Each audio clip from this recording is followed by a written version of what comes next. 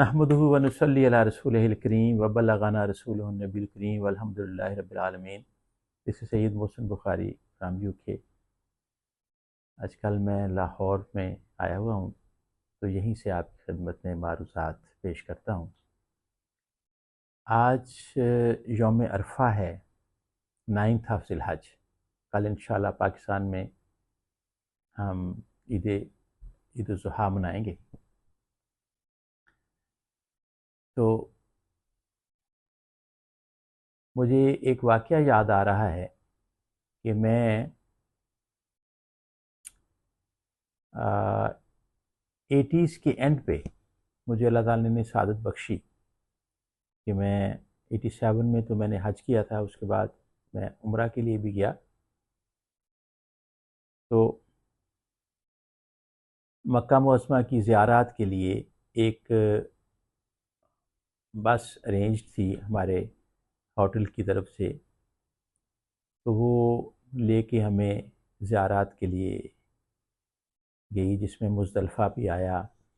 اور منا بھی، عرفات بھی، یہ ساری مشہور جگہیں۔ تو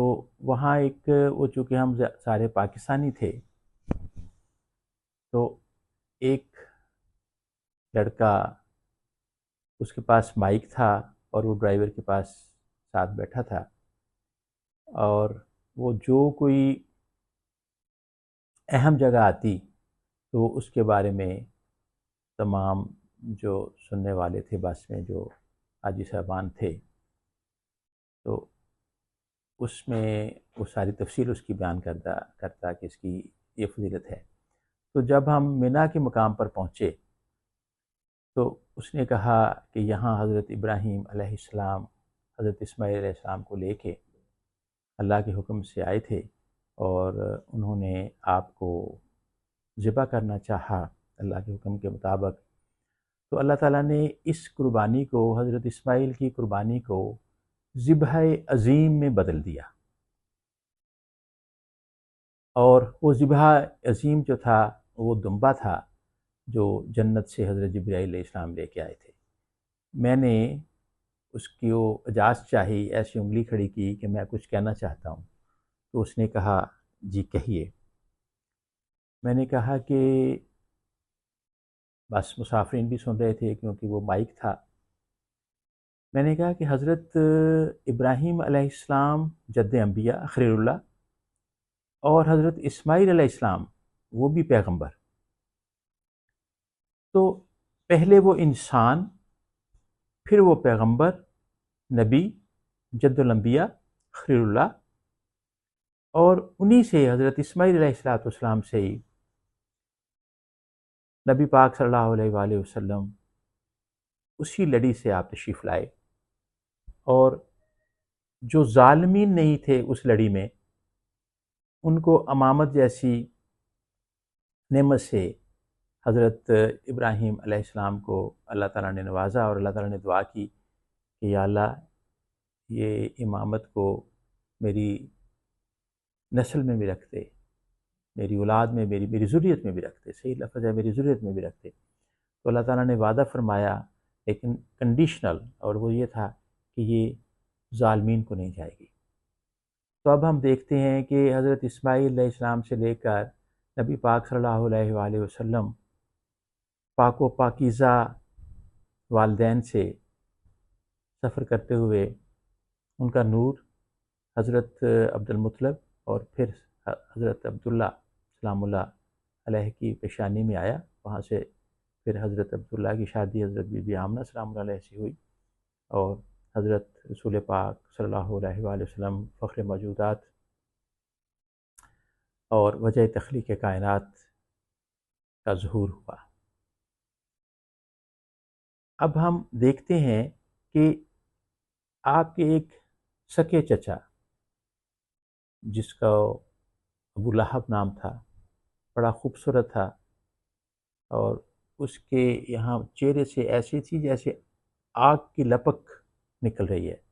اس لیے اس کو ابو لہب بھی کہا جاتا تھا۔ خوبصورت ہاشمی جوان تھا۔ جب نبی پاک صلی اللہ علیہ وآلہ وسلم کو حکم ہوا کہ سب سے پہلے اپنے عزیز و اقربا کو بلاؤ اور انہیں ڈراؤ کہ بتوں کی پوجا نہ کرو اور صرف اللہ کی عبادت کرو۔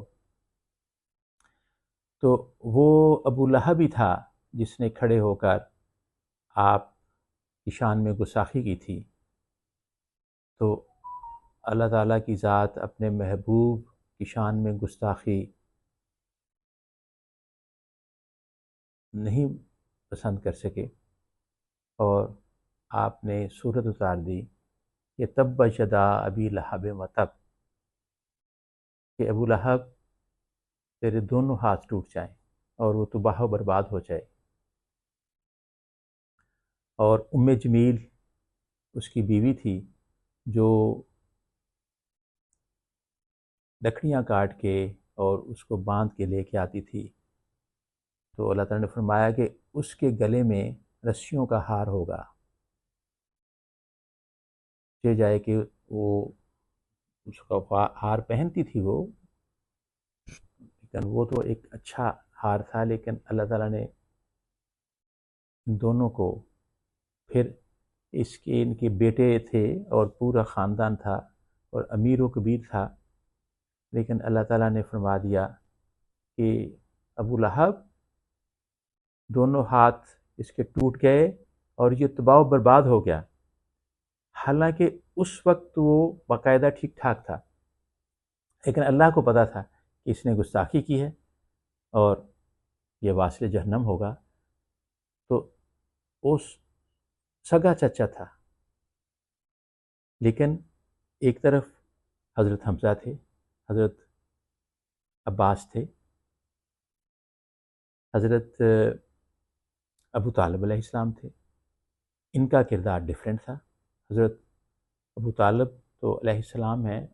ان کا کردار تو بہت ہی اچھا تھا، ان پر تو اللہ کے ایمان شروع سے ہی تھا۔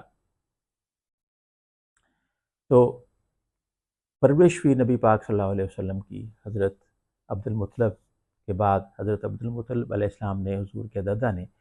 نے جب دیکھا کہ اب میرا وقت قریب ہے جانے کا، تو آپ نے اپنے سارے بیٹوں میں سے حضرت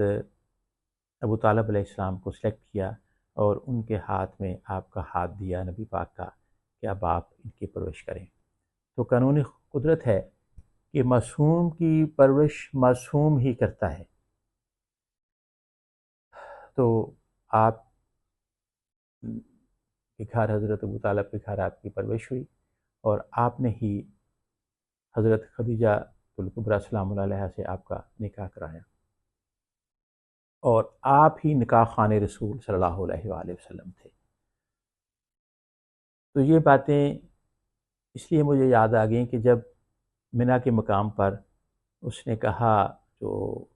ہمارے قافلے کا بندہ تھا جو ہمیں کروا رہا تھا، وہاں کی فضیلت بتا رہا تھا جگہوں کی، تو جب اس نے کہا نا کہ اللہ نے حضرت اسماعیل کی جگہ فدیہ بھیج دیا دمبا اور وہ ذبح عظیم۔ فدیہ تو ہو سکتا ہے، صدقہ تو ہو سکتا ہے، لیکن ذبح عظیم دمبا نہیں ہو سکتا۔ ایک اشرف المخلوقات، اور جیسے میں نے پہلے عرض کیا کہ پیغمبر، جد انبیاء اور دونوں پیغمبر، اور ان کی جگہ دمبے کا آ جانا، چاہے وہ جنت سے صحیح، لیکن ذبح عظیم نہیں ہو سکتا۔ تو میں نے جب اس کو کہا کہ ذبح عظیم یہ کیسے ہو سکتا ہے، تو اس نے فوراً مائک مجھے دے دیا، انہوں نے کہا جی آپ بتائیے۔ میں نے پھر یہ ساری تفصیل بتائی انہیں الحمدللہ کہ وہ قربانی مؤخر ہو گئی تھی، اور نبی پاک جو حضرت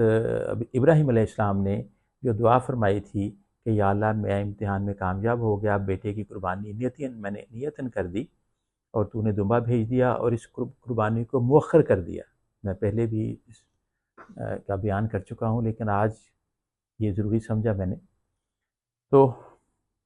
اب میں نے کہا کہ یہ جو منا کا مقام ہے، یہاں پہ قربانی ہوئی تھی، ضرور ہوئی تھی، لیکن یہ قربانی مؤخر ہو گئی تھی اور حضرت ابراہیم علیہ السلام کی دعا قبول ہو گئی تھی۔ اللہ تعالیٰ نے کہا تھا کہ یہ امامت میں نے آپ کی ذریت میں رکھ دی، لیکن یہ ظالموں کو نہیں جائے گی۔ تو ظالم کا مطلب ہے ذرا بھی کوئی ظلم کرے تو اس کو یہ نہیں جائے گی۔ تو ابو لہب کو نہیں گئی، جو ایمان نہیں لائے ان کو نہیں گئی، اور جو ایمان لے آئے جیسے حضرت میں نے عرض کیا حضرت ابو طالب علیہ السلام ہیں، ان سے اللہ تعالیٰ نے پھر آگے حضرت علی کرم اللہ وجہہ بھی فاطمہ الزہرا سلام اللہ کی کا عقد ہوا، اور اس سے پھر یہ جو اولاد ہوئی وہ سارے ائمہ علیہ الصلوۃ والسلام ہیں۔ تو اس لیے وہ سب ان کی مہربانی تھی۔ سب بس والوں نے مجھے کہا کہ جی سید صاحب آپ ہی ہمیں ساری سیر کرائیں اور ہمیں بتائیں کہ یہ کیا کیا فضیلت ہے ان جگہوں کی۔ پھر جہاں کنکریاں ماری جاتی ہیں وہاں بھی گئے، پھر میں نے مزدلفہ گئے، پھر مزدلفہ کا ایک میں انہوں نے واقعہ مجھے یاد ہے کہ میں نے ان سے کہا کہ اللہ تعالیٰ کی ذات بابرکات نے نبی پاک صلی اللہ علیہ وسلم کی آپ نے جو دعا کی تھی عرفات کے مقام پر کہ یا اللہ میری امت کو بخش دے، وہ امت کی بخشش کروا لی۔ پھر نبی پاک کو پتہ تھا کہ حقوق العباد کا بہت اللہ تعالیٰ فرماتے ہیں کہ میں اپنی چیزیں تو کوئی توبہ کرے تو میں معاف کر دوں گا، لیکن حقوق العباد جب تک وہ شخص جس کے ساتھ زیادتی ہوئی ہے تو وہ میں معاف نہیں کروں گا۔ تو نبی پاک صلی اللہ علیہ وآلہ وسلم اس قدر شفیق تھے اور امت کے اتنے وہ اس پہ اتنے